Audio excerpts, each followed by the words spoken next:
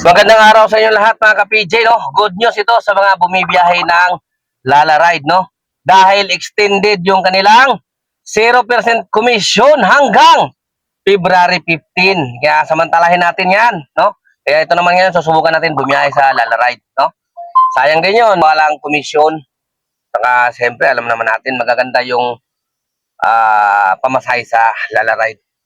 Alam na natin yan. Sa mga bumibiyahe sa Lala Ride, alam natin yan na mas iba yung rate nila.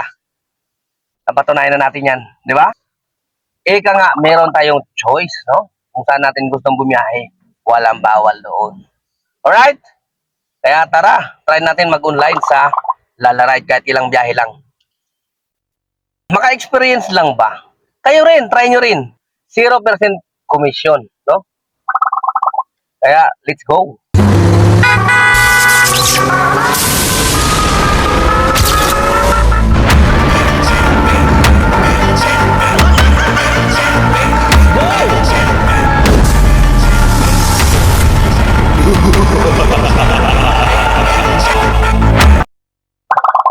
Hello, magandang hapon po. Sa Lala Ride po to, ma'am? Hello? Yes, kuya. Nasaan po kayo? Papunta na ba ako dyan, ma'am? Okay po. Sige po, kuya. Okay, salamat po. Wait na lang po. Sige po yung number na pwede mo ulit tawagan, ha? Sige po. Okay po. Sige po. So, ayan, tinawagan natin yung ating pasahero para sigurado. Ito na yung ating unang pasahero sa araw na ito. Alright? Sa halagang 418, no? Plus, magdadagdag daw ng 200 dito sa, ayun sa message niya. So, hindi pa natin na-experience to kung talagang nagdadagdag to. Pero nandito sa kanya message niya na magdadagdag siya ng 200. So, malalaman natin ngayon to. Bali, ang pamasayan talaga niya, 418. Alright? Pick up dito sa Makati, Malugay, papunta ng Pasig. Kumusta naman po yung, yung buhay-buhay? Sir, talagang nakakapagod talagang magtrabaho ngayon. Wala naman kasi din trabaho na hindi nakakapagod. Kailangan talaga magtiyaga. Tsaga talaga. Magsumikap sa buhay para makaraos. Matanong ko rin pala, sir and ma'am, no? Paano nakakatulong si Lala Move or si Lala Ride sa buhay nyo sa araw-araw, no? At matagal na ba kayo naglalamove or sumasakay sa Lala Ride? Tagal na rin po kasi nung simula nung per months, halos araw-araw po kaming may event. Di halos araw-araw din po kaming nagbubuk ng Lala Move or Lala Ride. Kaya ayun, kaya kadalasan po. Talagang maganda rin po yung servisyo ng mga drivers. Wow. Oo. Kaya minsan kahit pagod po kami sa event ganyan, may mga drivers din po na good vibes. Hindi na mapiperfect yan pero Oo nga po. marami naman talaga. Yung hanap buhay lang talaga yung hanap, di ba? Opo. Yung iba meron naman din hindi maiwasan yung may mga umpisa pa lang parang hindi good vibes, di ba? Meron naman din mo kahit saan naman meron talaga yun. Pero mas marami yung di ba? Opo. Katulad yan, minsan sobrang traffic nung nakaraan. May mga drivers din kaming mga nakakakwentuhan. Yun, nagiging ka-close rin namin. Hanggang sa nagiging contact na rin po namin sila. Parang nagiging kausap, katawagan, ganun po. Kasi mababait din po talaga sila. Tapos, kayo po, mga katulad yung pong mga drivers na mabubuti din. Pero bago lang din ako dito. Yun, sinubukan ko sa Lala Ride. Kasi sabi nila, maganda daw sa Lala Ride. Tulad ngayon, 0% commission daw yung Lala Ride. Kaya, Paano yan, sir? Ha? Paano yan? Paano 0%? Di ba yung mga, halimbawa yung mga Grab, yung mga, di ba meron yan silang kinukuha na percent sa driver.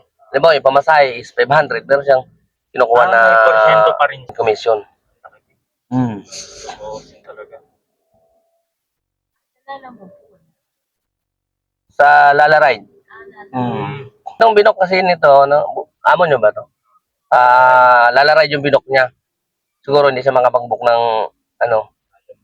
Kaya lalaride yung binok niya. Kasi limbo kasi kami naghihintay doon ng Siguro busy ngayon, no? Ang dami sigurong ano. Sa bagay, Sabado ngayon eh.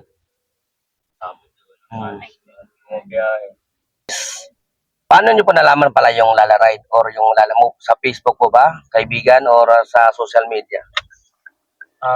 Sa totoo lang sir, talagang wala talaga akong alam dyan sa pagbubok na yan eh. O kung mapa-joyride man yan, Grab or Lalamove.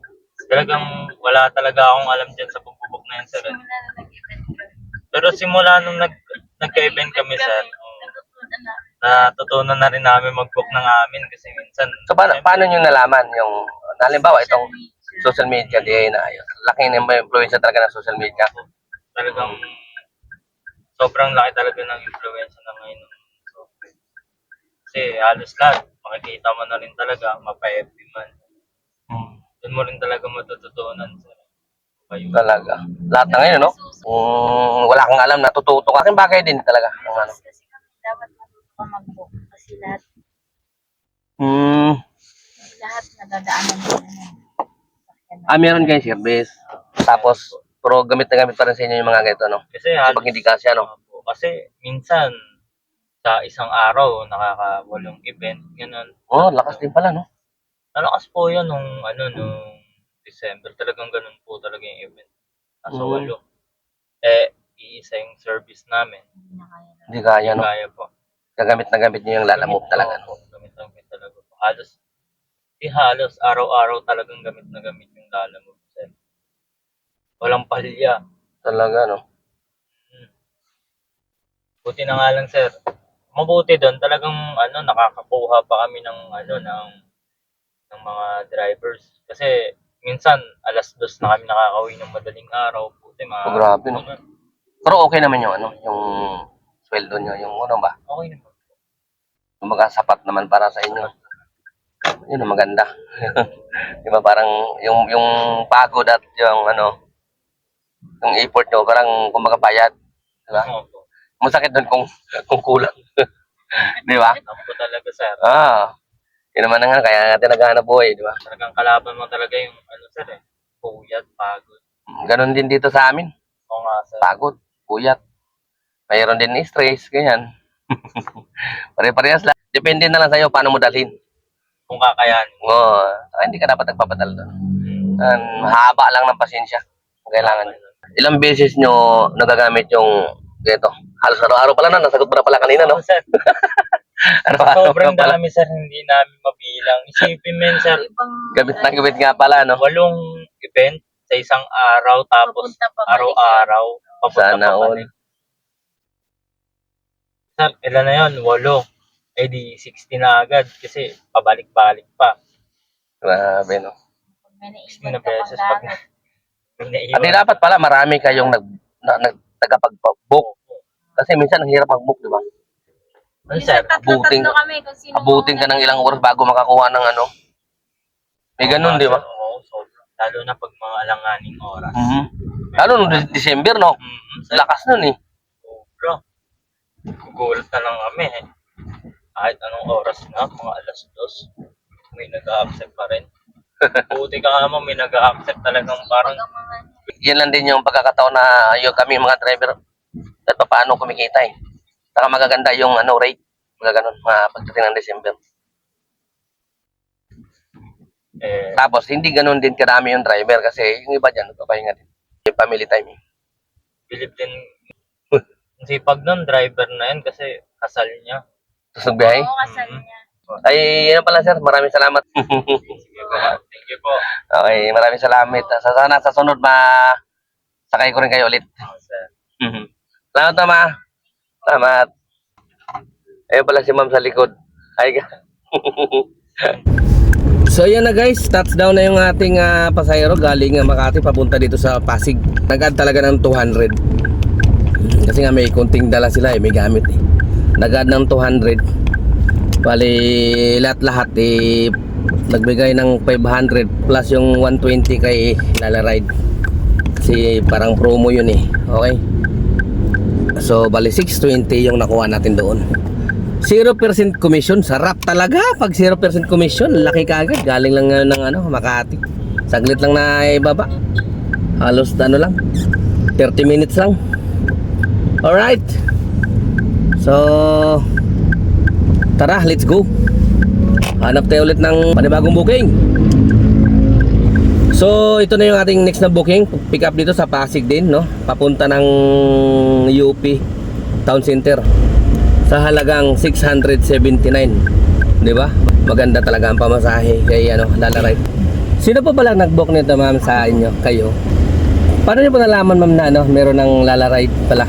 Ay, bakit po kami lubog po sa Lalaride? Sanay kayo sa Lalamove. Kasi meron ng yung magkasama lang sila sa isang apps, di ba? Opo. So, madalas din po pala kayo nagpapadeliver. Opo. Kaya pala. Nagbe-business din po kayo? Ay, hindi po. Ano lang po talaga. Mga padeliver lang. Oh. May papapick up po. Malaking bagay din siya ngayon. Pero nagbubuk din po kayo sa ibang Opo. At so ano naman pong nila, ma'am? Yung parang pinaka-diferensya nila sa iba. Mahirap po din makabook sa Joyride. Talaga. Mas mabilis sa Lalaride? Opo. Mas nabilisan ako. Saka mas marami siguro promo dito, ma'am, no? Opo. So yan, ito na yung next na pasahero natin. Papunta ng Muntinlupa sa halagang 873. Alright, so tara, bakbakin na natin to. Tara na! Let's go! Go, go, go! Traffic to, pero tsagain natin to. Traffic ka lang! Traffic ka lang! Kailangan ko ng pera! Let's go! So yan, dito na tayo magtatapos mga ka-PJ, no? Dito pinakikita natin talagang 0% lang talaga. Ang laki ng ating kikitain, no?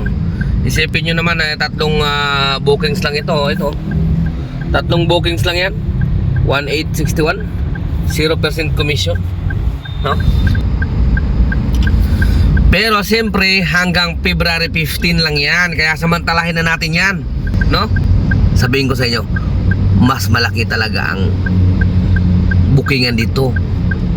Try nyo lang.